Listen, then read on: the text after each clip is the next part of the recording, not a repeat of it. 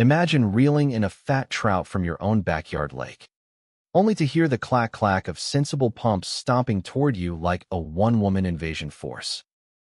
That's how my nightmare started. Naomi, the HOA's self-crowned enforcer, clipboard in hand, face puckered like she'd bitten a lemon dipped in vinegar.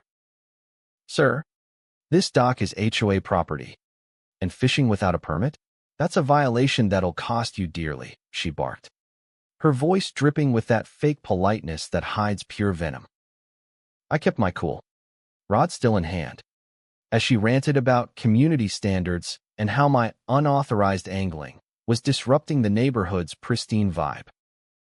This was my cabin in upscale Lakeview Estates, a supposed haven of manicured lawns and nosy neighbors, but really a pressure cooker of absurd rules like no visible trash cans after 8 p.m. or mandatory beige mailboxes. I'd bought the place for peace, not this. Naomi, plump and perpetually scowling, thrust a fine slip at me, $1.50 for trespassing on communal waters. I didn't argue then. I just nodded, pocketed it, and watched her waddle off, her polyester slacks swishing like a victory march. But inside, I was filing every detail, her smug grin, the way she quoted bylaws like scripture. Rumors had already spread, neighbors whispering I was some squatter, thanks to her grapevine gossip. I let it simmer, playing the quiet newbie while I dug. Days later, I strolled into the HOA office, a stuffy room smelling of stale coffee and desperation, armed with my deed. The clerk, a mousy guy named Ted, blinked at my request for records. "You'll need board approval," he mumbled. Enter Naomi, bursting from the back like a popped balloon. "New residents don't get to paw through sensitive files," she huffed, her cheeks flushing red. "It's for the greater good. Keeps order." I slid the deed across. "Funny thing, Naomi, I own lot 42. That dock, mine. And as a dues-paying member, I demand transparency." Her eyes bulged, that helmet hair not budging an inch. "Well, we weren't informed properly. But rules are rules." I smiled thinly. "Exactly. Like the one saying members can review finances anytime." She relented with a grunt, handing over a binder that felt heavier than her ego. Back home, I pored over it, dues vanishing into consulting fees for ghost companies, roads crumbling while admin costs ballooned. And there, buried in the mess, payments to Elite Lake Services, address matching Naomi's McMansion. Black humor hit me. Here she was, preaching community harmony while siphoning cash like a vacuum on steroids. Things escalated when I cross-checked online. Elite Lake Services? Non-existent. No license. No nothing. Just Naomi's fingerprints. I snapped pics. Called an old buddy in forensics accounting.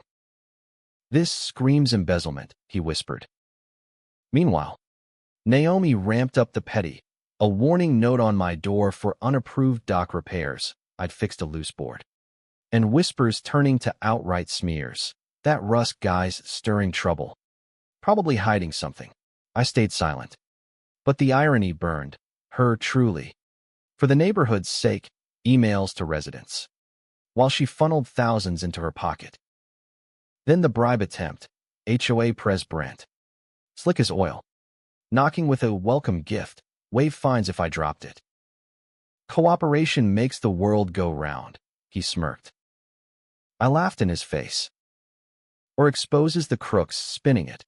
He slunk away. But not before a fire inspection crew showed up unannounced, another harassment ploy that found zilch.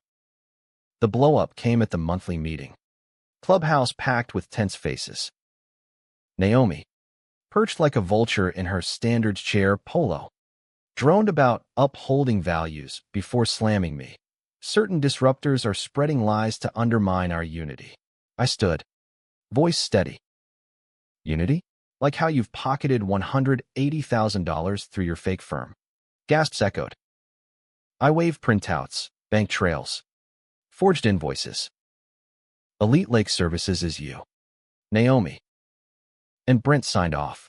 Her face crumpled into a ridiculous mask of outrage. Sputtering. This is slander.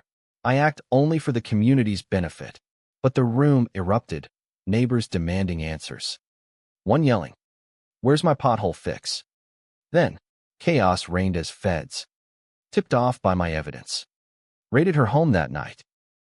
She was cuffed mid-denial, blubbering about misunderstandings, her lopsided authority mask shattering in handcuff clicks. In the aftermath, the HOA dissolved under audit. New elections bringing sane folks in. Dues dropped. Rules loosened. No more mailbox tyranny. I fished in peace, watching the lake ripple without interruption. Neighbors nodded now. Some even thanked me for exposing the rot. But here's the kicker. Was Naomi the real villain? Or just a product of a system that lets petty tyrants play God over picket fences? You tell me, was justice served? Or did we all enable the monster?